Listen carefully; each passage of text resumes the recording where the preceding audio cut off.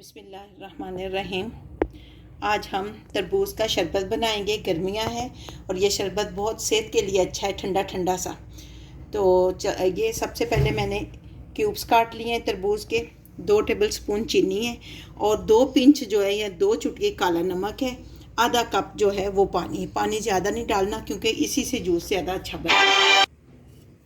Cubes हम डालेंगे।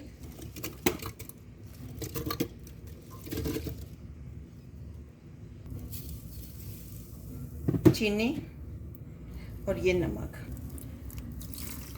मैंने आधा कप लिया है लेकिन पूरा नहीं डाला।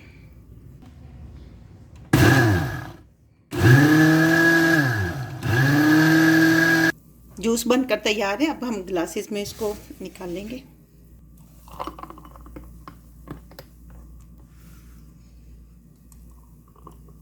आप चाहें तो इसमें थोड़ा सा रेड कलर भी डाल दें। रेड कलर डालने से ये कि इसकी लुक बहुत अच्छी आती है। नेचुरल कलर यही है।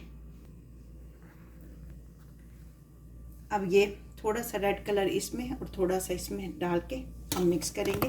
उससे ये कि कलर बहुत अच्छा हो जाएगा। और अगर ना डालना चाहिए, बिल्कुल ऑप्शनल है, ये आपकी मर्ज़ी है। लें जी, हमारा तरबूज का शरबत बनकर तैयार है। आप भी बनाएं। उम्मीद है कि आपको बहुत अच्छा लगेगा।